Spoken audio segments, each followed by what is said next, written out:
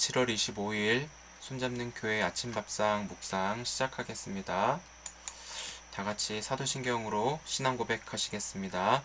전능하사 천지를 만드신 하나님 아버지를 내가 믿사오며 그 외아들 우리 주 예수 그리스도를 믿사오니 이는 성령으로 잉태하사 동정녀 마리아에게 나시고 본디오 빌라도에게 고난을 받으사 십자가에 못 박혀 죽으시고 장사한 지 사흘 만에 죽은 자 가운데서 다시 살아나시며 하늘에 오르사 전능하신 하나님 우편에 앉아 계시다가 저리로서 산자와 죽은 자를 심판하러 오시리라.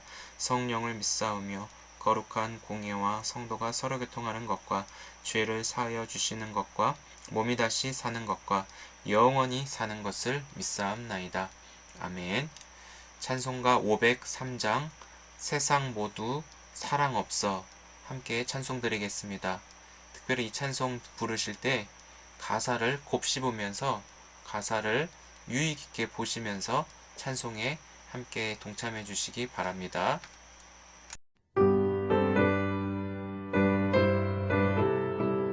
세상 모두 사랑 없어 맹맹함을 아느냐 곳곳마다 사랑 없어 탄식 소리뿐일세 악을 섬게 만들고 모든 소망 이루는 사랑 얻기 위하여 저들 오래 참았네. 사랑 없는 까닭에 사랑 없는 까닭에 사랑 얻기 위하여 저들 오래 참았네. 곳곳마다 번민함은 사랑 없는 연고요. 측은하게 손을 펴고 사랑받기 원하네. 어떤 이는 고통과 근심 걱정 많으니 사랑 없는 까닭에 저들 실망하도다. 사랑 없는 까닭에 사랑 없는 까닭에 사랑 없는 까닭에 저들 실망하도다. 어떤 사람 우상 앞에 복을 빌고 있으며 어떤 사람 자연 앞에 사랑 요구하도다. 먼저 믿는 사람들 예수 사랑 가지고 나타내지 않으면 저들 실망하겠네. 예수 사랑 가지고 예수 사랑 가지고 나타내지 않으면 저들 실망하겠네. 비갈 중에 있는 영혼 사랑받기 원하며 아이들도 소리 질러 사랑받기 원하네. 저들 소리 들을 때 가서 도와줍시다. 만민 중에 나가서 예수 사랑 전하세 예수 사랑 전하세 예수 사랑 전하세 만민 중에 나가서 예수 사랑 전하세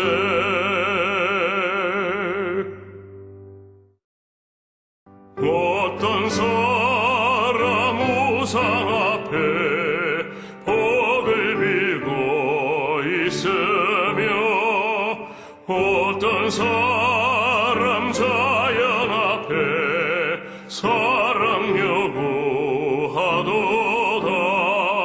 먼저 믿는 사람들 예수 사랑 가지고 나타내지 않으면 저들 실망하겠네 예수 사랑 가지고 예수 사랑 가지고 나타내지 않으면 저들 실망하겠네 제 13장 형제 사랑하기를 계속하고 손님 대접하기를 잊지 말라. 이로써 부지 중에 천사들을 대접한 이들이 있었느니라. 너희도 함께 갇힌 것 같이 갇힌 자를 생각하고 너희도 몸을 가졌은즉 학대받는 자를 생각하라. 모든 사람은 결혼을 귀히 여기고 침소를 더럽히지 않게 하라. 음행하는 자들과 간음하는 자들을 하나님이 심판하시리라. 돈을 사랑하지 말고 있는 바를 족한 줄로 알라. 그가 친히 말씀하시기를 내가 결코 너희를 버리지 아니하고 너희를 떠나지 아니하리라 하셨느니라. 그러므로 우리가 담대히 말하되 주는 나를 돕는 이시니 내가 무서워하지 아니하겠노라. 사람이 내게 어찌하리요? 하노라. 하나님의 말씀을 너희에게 일러주고 너희를 인도하던 자들을 생각하며 그들의 행실의 결말을 주의하여 보고 그들의 믿음을 본받으라. 예수 그리스도는 어제나 오늘이나 영원토록 동일하시니라. 여러 가지 다른 교훈에 끌리지 말라. 마음은 은혜로서 굳게함이 아름답고 음식으로서 할 것이 아니니 음식으로 말미암아 행한 자는 유익을 얻지 못하였느니라. 우리에게 제단이 있는데 장막에서 섬기는 자들은 그 제단에서 먹을 권한이 없나니 이는 죄를 위한 짐승의 피는 대제사장이 가지고 성소에 들어가고 그 육체는 영문 밖에서 불사름이라. 그러므로 예수도 자기 피로써 백성을 거룩하게 하려고 성문 밖에서 고난을 받으셨느니라. 그런즉 우리도 그의 치욕을 짊어지고 영문 밖으로 그에게 나아가자. 우리가 여기에는 영구한 도성이 없으므로 장차 올 것을 찾나니 그러므로 우리는 예수로 말미암아 항상 찬송의 제사를 하나님께 드리자. 이는 그 이름을 증언하는 입술의 열매니라. 오직 선을 행함과 서로 나누어 주기를 잊지 말라. 하나님은 이 같은 제사를 기뻐하시느니라. 너희를 인도하는 자들에게 순종하고 복종하라. 그들은 너희 영혼을 위하여 경성하기를 자신들이 청산할 자인 것 같이 하느니라. 그들로 하여금 즐거움으로 이것을 하게 하고 근심으로 하게 하지 말라. 그렇지 않으면 너희에게 유익이 없느니라. 할렐루야. 오늘도 주님 안에서 평안하시고 성령 충만하시기를 주님의 이름으로 축복을 드립니다. 주님의 은혜가 아니면 단 하루도, 아니 1분 1초도 살 수 없는 연약한 우리들이지만 바꿔 말씀드린다면 오늘 우리에게 주어진 삶도 전적인 하나님 은혜 안에서만 살아갈 수 있도록 이 말씀을 주셨습니다. 오늘 히브리서 13장 말씀을 읽으면서 이제 히브리서 끝부분에 이르렀습니다. 본문을 읽어보니까 여러분 어떤 마음이 드십니까? 그리스도인들은 어떻게 살아야 하는지에 대해서 구체적으로 알려주고 있습니다. 하나님을 사랑하고 내 이웃을 사랑하라는 두 가지 계명을 지키며 살라고 하셨죠. 그렇다면 여러분들은 하나님을 사랑하십니까? 조건 없이 하나님을 사랑하냐고 제가 여쭤볼 때 어떻게 대답하시겠습니까? 당연하지요. 네, 제가 주님을 사랑합니다. 이렇게 대답하시겠죠? 그렇다면 한 번 더 여쭤보겠습니다. 정말 하나님을 사랑하십니까? 라고 이렇게 한 번 더 여쭤볼 때 똑같이 대답하실 수 있겠습니까? 저는 좀 시간이 지나고 나서 이 질문이 저 자신이 생각을 하고 대답해야 되는지 몰랐습니다. 하나님을 사랑하고 내가 하나님을 사랑하는 것이 당연한 것이 아니야 라고 의심 없이 예전에는 대답했지만 지금은 내가 정말 하나님을 사랑하는가? 저의 행동을 볼 때 의심하는 경우들이 많이 생긴다는 것을 알 수 있습니다. 하나님께서는 우리를 사랑하신다는 것이 성경 곳곳에 말씀하시며 실제로 우리 안에서 성령으로 확신케 하시고 그 사랑을 누리게 하셨습니다. 그렇다면 이 놀라운 사랑을 받은 자로서 하나님을 사랑하는가? 아니면 잘못된 사랑을 하고 있는 것은 아닌가? 이 두 갈래길에서 고민하고 있는 것을 또한 제가 저 스스로의 모습을 보았습니다. 하나님을 사랑한다는 증거는 뭘까요? 내가 하나님을 사랑한다라고 하는 그 확신, 그 열매는 무엇일까요? 바로 우리 형제들, 이웃들을 사랑함으로 내가 하나님을 사랑한다라는 것을 드러나게 되죠. 그래서 우리가 먼저 예배 드릴 때 어떤 문제가 생기든지 간에 예배당 가서 주일날 한번 예배 드리는 것으로 끝마치는 경우들 우리가 많이 있는데 하나님은 우리에게 요구하시는 것이 무엇이죠? 특히 너와 내가 서로와의 관계가 싸움으로 틀어지고 마음과 생각, 이 감정이 상해 있는 상태에서 예배 드릴 때 그 예배를 하나님이 받으실까? 우리는 한번 더 생각해 볼 수 있죠. 오히려 주님은 이렇게 말씀하세요. 우리가 예배당에 앉아서 그냥 예배 드리기 전에 두 사람의 관계가 먼저 회복되고 함께 하나님 앞에 나올 것에 대하여 말씀하고 있는 것이죠. 싸우고 나서 그냥 그 자리에 나와 예배 드린들 그게 은혜가 될 것이고 하나님이 받으실 것인가? 그것 이전에 이 땅에서 너와 나의 관계 속에서 서로 사랑하는 그 자체가 하나님을 예배하는 것보다 더 크게 하나님은 여겨주신다라는 것이죠. 그래서 하나님을 사랑하는 것은 본문 1절에 형제 사랑하기를 계속하라 라고 말씀하고 있어요. 즉 너와 나의 관계 속에서 형제 간의 관계 속에서 사랑 안에 머물러 있어라 라는 뜻입니다.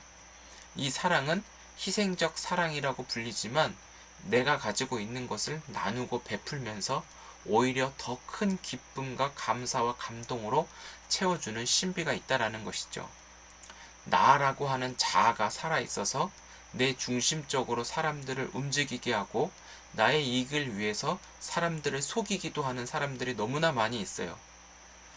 근데 심지어 하나님을 사랑한다라고 하는 나 자신도 겉으로 드러나지 않지만 이렇게 내 중심적으로 행동하려고 하는 속성이 다 담겨 있는데요. 오늘 하나님의 사랑으로 인해 내 중심적으로 내 가족들, 내 친구들, 이웃들을 내 생각대로, 내 방법대로 다스리려고 하는 이 모든 모습들을 과감하게 포기하십시다. 그래서 우리는 어떻게 해야 되냐면 항상 말씀을 보고 하나님의 말씀을 들어야 돼요. 하나님은 우리에게 말씀을 보고 듣는 자리로 인도하셔서 우리 안에 하나님의 그 크신 사랑을 깨닫게 하고 하나님의 은혜로 사로잡혀 살아가도록 우리를 부르셨습니다. 그 어떤 것보다 하나님의 사랑이 크고요. 그 어떤 것보다 하나님의 사랑과 비교했을 때 하나님의 사랑보다 값진 것이 없다라는 것을 우리에게 알려주십니다. 하나님의 사랑 앞에서 내가 취하고자 하는 그 이익들은 정말 아무것도 아니라는 것을 알게 되죠. 그 사랑을 맛보는 순간에. 이렇게 놀라운 하나님의 사랑을 받는 사람들은 신비로 살아가는 거예요. 절대 계산하지 않습니다. 오히려 우리 집으로 대접하고 또 함께 식사하면서 나의 그 노력이 첨가되죠. 그리고 물질도 들어가고 시간도 들어갑니다. 때로는 내 친구를 대접했는데 그 친구가 어렵고 힘든 상황 속에서 그 친구의 얘기를 들어줘야 하는 경우들도 있어요. 굉장히 내 시간, 물질 들이지만 이것이 기뻐지는 것, 이것이 행복한 것이 하나님이 우리에게 주신 신비라는 것이죠. 우리가 누군가에게 밥 한 끼 사는 것도 특권이자 영광입니다. 3절에는 또 이렇게 얘기해요. 너희도 함께 갇힌 것 같이 갇힌 자를 생각하고 너희도 몸을 가졌은즉 학대받은 자를 생각하라. 이렇게 말씀합니다. 그러니까 사랑과의 관계 속에서 서로 사랑으로 돌봐주고 차별 없이 함께 몸을 이루어가는 이 모든 과정들은 하나님을 사랑하는 증거이자 열매로 우리가 사는 이 땅에 주님이 보여주셨다라는 것이죠. 저는 요즘에 어린이집 이 기사들을 볼 때마다 굉장히 마음이 콩닥콩닥하고 두근두근거리면서 막 두려워요. 계속적으로 전국에서 안 좋은 기사들이 매일 뜨죠. 다는 아니지만 이 기사에 등장한 사건의 주인공, 이 주인공은 선생이에요. 이 교사들이 자신의 분노를 표출하는데 그 방식이 바로 아이들에 대해서 표출하는 것이죠. 그래서 이 아이들을 학대해요. 그냥 훈계하고 사랑으로 교육해서 때로는 아이들에게 혼내는 그 정도가 아니에요. 그렇게 하면 감사하죠. 그런데 그 분노가 가득한 나머지 있어서는 안 되는 아이들을 폭행하고 학대하는 그런 교사들이 점점 많아지고 있는 것에 대해서 속이 상하고 화가 나고 몸이 굉장히 떨립니다. 이런 어린 아이들을 우리는 보호해야 되고 저런 교사들은 세상에서 힘쓰지 못하도록 저렇게 화를 추구하지 못하도록 교육하고 때로는 저들의 죄를 볼 수 있도록 심판에 가야 된다는 것도 교회의 역할이기도 합니다. 세상에서 힘쓰지 못하고 당할 수밖에 없는 어린아이와 여성들 그리고 노인들 이런 사람들이 많이 있는데 우리는 이런 사람들에게 손을 내밀어 줘야 되고 세상에서 학대받지 않도록 생각하고 기억하며 기도하며 이들을 돌봐 주어야 합니다. 그것이 바로 하나님이 원하시는 사랑이고 그것이 우리가 삶에서 드려지는 예배이겠죠. 저는 늘 한편을 생각하는 부류가 있다면 저는 장애인들이에요. 장애인들을 사랑하고 그들을 위해서 어떤 삶을 살아가야 할까? 그들에게 받은 은혜를 어떻게 보답해야 될까? 평생의 숙제이고 과제인데요. 제가 페이스북에서 어떤 글을 보았습니다. 장애인 신학생 이야기인데요. 힘겹게 공부하고 육신의 불편함 속에서도 굉장히 인내하면서 이 학업을 마치고 이제 사역 현장에 나가야 돼요. 그렇지만 사역지가 없어서 이제 이 신앙을 포기를 해야 되는 것은 아닌가. 이 갈등 속에 있는 그 신학생의 글을 보았는데 엄청나게 많이 달린 댓글을 보면서 사례비는 없지만 우리 교회 혹시 오시지 않겠습니까? 그런 따뜻한 글들이 있더라고요. 저도 이 글을 보면서 와, 과연 이 전도사님의 마음은 사역은 안 했지만 전도사님이에요. 전도사님의 마음은 얼마나 힘들고 정말 이 갈등 속에서 어떠한 결정을 내릴까 그런 생각이 드는 것이죠. 굉장히 교회가 어렵고 세상의 지탄을 받아도 교회에 돈이 있는 교회들은 예배당을 짓더라고요. 예배당의 건축에 돈을 썼고요. 그런데 대부분 이 부분을 놓치는 교회들을 많이 보았어요. 크게 짓고 편리하게 짓는다고 하지만 그 편리함이 그 목사 자신의 편리함은 아닌가 고민해 보게 돼요. 장애인들이 휠체어를 타고 불편함이 없도록 그들이 전동 휠체어든 수동 휠체어든 움직임이 없이 하나님 앞에 온전히 예배할 수 있는 그런 환경을 마련해 주는 사람은 없는가? 문턱을 낮추고 화장실이든 뭐든 장애인들을 먼저 우선적으로 생각해서 건물의 구조들을 그들에 맞게 고쳐줘야 되는 것은 이게 당연한 건데도 그런 교회가 거의 없다라는 것이죠. 우리가 이런 부분들을 좀 생각해 볼 수 있어야 돼요. 주님이 우리를 사랑했듯이 조건 없는 사랑은 누구에게든지 전해져야 되는데 우리가 사회적인 약자, 세상에 돌보지 못하는 사람들이 하나님의 사랑을 받은 자들이 저들을 돌봐주고 섬겨주고 사랑해줘야 한다라는 것이죠. 그게 바로 하나님이 기뻐하는 제사요 진짜 예배라는 것을 우리에게 알려줍니다. 이것이 바로 하나님을 사랑한다, 하나님 내가 주님을 사랑합니다, 입술의 고백이 삶까지 이어져서 드려질 수 있는다는 것이죠. 그래서 입으로 함부로 하나님 사랑한다 이런 말 하는 게 굉장히 어렵다는 것이 요즘에 드는 생각이에요. 그리고 또 한 가지, 하나님 말씀에 대한 충성이자 순종이 바로 하나님을 사랑합니다 라는 것이 나타나는 거예요. 물론 이 하나님 말씀에 대한 순종이 위에 말씀드린 것을 포함하고 있다는 것이 큰 범위예요. 그런데 조금 더 디테일하게 생각해 보자면, 부모가 자녀를 돌볼 때 자녀들이 때로는 말을 안 듣기도 하잖아요. 이 말은 안 듣는 자녀들에게 부모가 어떻게 대합니까? 어떤 부모들은 강압적으로 소리를 내서 부모의 말을 자식이 듣도록 소리를 높입니다. 화도 냅니다. 아이의 감정이 어떠든 상관없이 어떻게든 자신의 의견을 피력할 때 자녀의 마음은 어떤지 부모들이 생각하는 부모들이 많지 않더라고요. 그때 이 부모가 자신의 의도만을 표출한다면 그 부모의 모습을 보고 부모의 소리를 들은 자녀들의 마음은 어땠을까? 정말 이 자녀가 원하는 것이 무엇인가 들어주고 공감하고 소통하면서 함께 이루어가야 되는 것 아니겠습니까? 그게 진짜 사랑 아니겠습니까?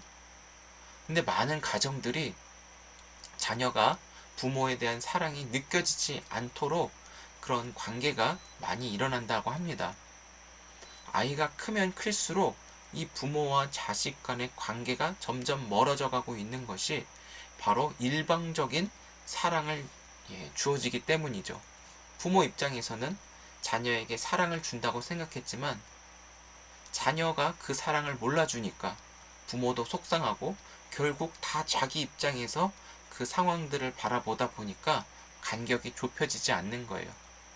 그런데 진짜 사랑은 듣는 것에서부터 시작이 되는데, 첫 번째는 하나님의 말씀을 항상 들어야 한다라는 거예요.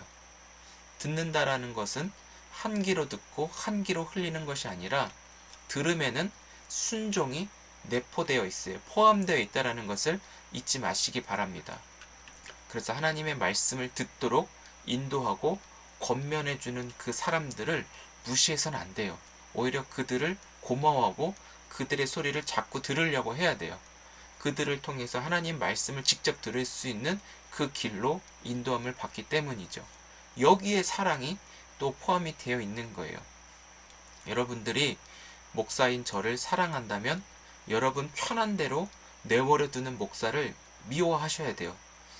그리고 반대로 말씀을 듣도록 말씀대로 살도록 인도하는 목사를 사랑해 주시기 바랍니다.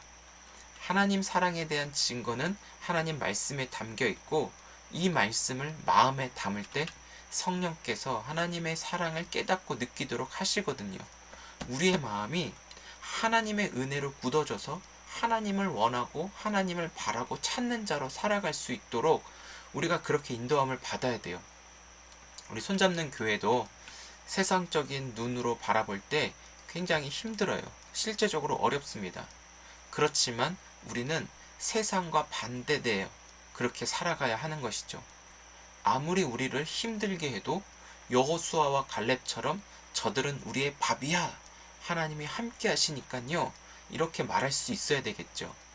이처럼 우리는 세상적인 기준으로 세상이 보는 그런 시각에 맞춰 사는 것이 아니라 하나님을 사랑하며 하나님을 높이는 자로 우리의 삶이 드려질 때 주님이 우리의 삶을 높여주시는 줄 믿습니다. 사랑하는 성도 여러분, 우리가 주일에 예배 한번 드리면서 영적으로 재충전한다? 이거 있을 수 없는 일이에요. 그렇다면 주님 주시는 힘으로 우리가 주일의 말씀으로 재충전하여 월요일부터 세상에 나갈 때 주님과 함께하는 삶으로 주님의 뜻이 우리 가운데 이루어지기를 소망하며 살아가는 것, 이게 바로 진정한 예배인 줄 믿습니다.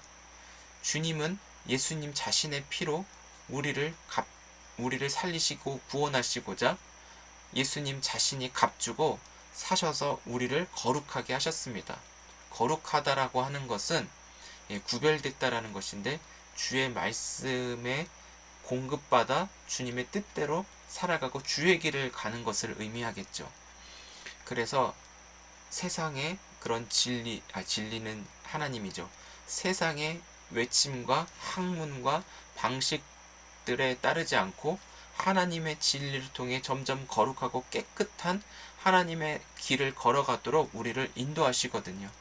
특별히 우리가 누구인지, 우리는 하나님께 속한 자로 하나님께서 우리를 하나님의 형상을 닮아가도록 인도하고 계시는데, 우리는 하나님을 믿고 따라갈 수 있는 하나님의 사람들 되시기를 축복합니다. 그 자체가 우리는 예배예요. 삶 속에서. 그리고 하나님을 사랑함으로 인해서 우리가 하나님의 말씀대로 사는 것이죠. 그래서 오늘 우리가 하루를 살아가면서 하나님의 인도하심을 받아 따라간다라는 구체적인 이 말씀이 오늘 5절부터 8절까지 나와 있습니다. 돈을 사랑하지 말고 있는 바를 족한 줄로 알라. 그가 친히 말씀하시기를 내가 결코 너희를 버리지 아니하고 너희를 떠나지 아니하리라. 하셨느니라. 그러므로 우리가 담대히 말하되 주는 나를 돕는 이시니 내가 무서워하지 아니하겠노라. 사람이 내게 어찌하리요. 하노라. 하나님의 말씀을 너희에게 일러주고 너희를 인도하던 자들을 생각하며 그들의 행실의 결말을 주의하여 보고 그들의 믿음을 본받으라. 예수 그리스도는 어제나 오늘이나 영원토록 동일하시니라. 이 말씀을 읽으면서 말씀 속에 우리를 사랑하시는 그 크신 하나님의 사랑을 받으며 말씀의 인도하심을 내가 전적으로 따르겠습니다. 순종하는 마음으로 같이 보십시다. 내가 안 될 때 성령의 도우심을 구하며 성령의 함께 하심을 믿고 오늘 우리의 삶 자체가 하나님이 기뻐하시고 영광 받으시는 삶의 예배로 주님을 기뻐하시고 주님을 높여드리는 귀한 날 될 수 있기를 주의 이름으로 축복합니다. 기도하겠습니다. 하나님 아버지 감사합니다. 하나님을 사랑하는 것을 오늘 하나님 삶의 예배로 이렇게 바꾸어서 말씀을 좀 나눠보았습니다. 주님, 우리가 하나님을 사랑할 때 그 사랑으로 말미암아 하나님을 높이고 예배하고 찬양하는 하나님의 사람들 되게 하여 주옵소서. 어렵고 힘든 시기 속에 오히려 형제들을 사랑할 수 있는 지혜와 능력 주시고 대접할 수 있는 그 마음을 주셔서 우리의 형편을 보고 대접하는 것이 아니라 주님 사랑하며 대접할 수 있는 그런 마음의 여유를 더하여 주옵소서. 주님, 형제를 사랑함에 있어서 특별히 우리 주변에 소외되고 어렵고 억울하고 고통받는 자들을 우리가 돌보며 사랑할 수 있도록 담대함과 하나님의 정의를 더하여 주옵소서. 우리 안에 주님의 영광과 주님의 아름다우심만 드러내는 그 믿음으로 살아가기 원하오니 주여 우리의 방식, 우리의 사고 무너지게 하시고 하나님의 사랑과 진리가 우리 안에 역사하여 주님의 아름다우심이 드러날 때 그것이 하나님 이웃을 사랑하고 이웃을 돌보며 그들에게 하나님의 위로와 평강이 전해지는 하나님의 동역자로 오늘도 아름답게 쓰여질 수 있도록 도와주옵소서.